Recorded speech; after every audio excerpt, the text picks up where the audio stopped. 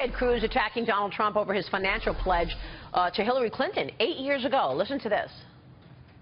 So I'd like to ask Donald, why did you write checks to Hillary Clinton to be president in 2008? It wasn't for business, and how can you stand on a debate stage now with her and say you don't think she should be president? Actually, it was for business. It was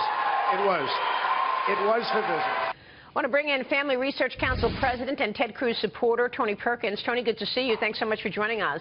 Good morning. It felt like Ted Cruz was the winner of the debate last night. You're a big supporter. Do you feel that he moved the needle for his own campaign?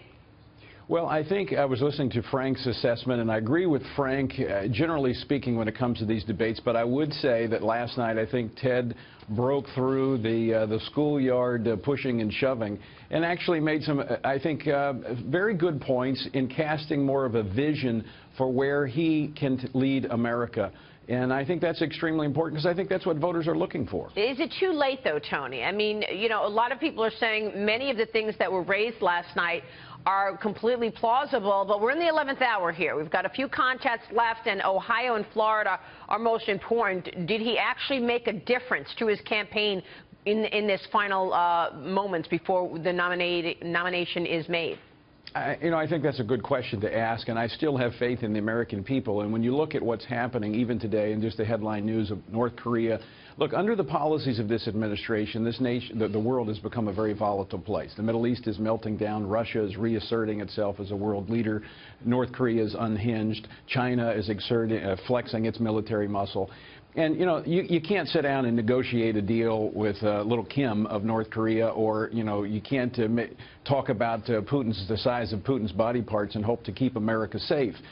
Last night, and I have endorsed Ted Cruz personally, but last night was the reason why, because I am confident that he can keep this nation and therefore my family safe in a very hostile world today. And I think voters are going to take consideration of that as they go to the polls and vote, even in my home state of Louisiana this weekend.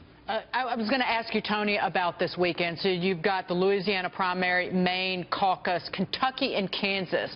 Give us a sense of how Ted Cruz is doing so far and how you think he'll perform, because, again, Iowa, Trump didn't do well in a caucus.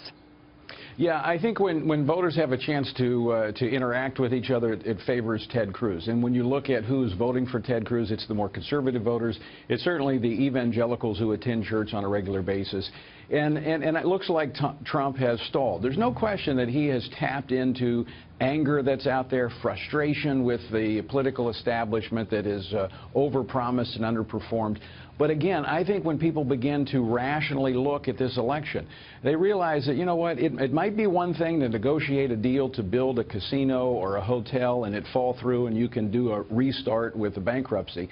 The same is not true for national security. If you get it wrong, Americans die, as we've seen with this administration. So I do think that last night's debate helped draw a clear line of distinction between the candidates. And I do believe, again, I've endorsed him, and it's not just because I've done that.